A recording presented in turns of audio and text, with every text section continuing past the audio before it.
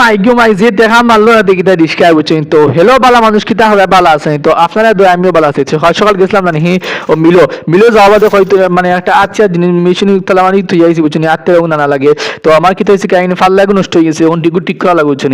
তো আত্মের গুণ নিয়ে বাড়ির কারণে রান্না নিলাম, বাড়ির তাই বুঝছেন ফাল্লা গুলো একটু মানুষ বলিছি, মানে সপ্তাহ কুড়িয়ে আলাদা করে ফেলে দিছি। তারপরে এখন খোলা বাদে ব্লেড টিপেটা লাগে, ব্লেড টিপেটা তো গরু নাই বুঝছেন। তো তারপরে টুপুট টুপুট করে গেলাম কি দোকান, আমি আটের টুপুট টুপুট যাওয়া দে 20 টাকা দিয়ে জোয়া নিলাম, ব্লেড টিপেটা আনিলাম।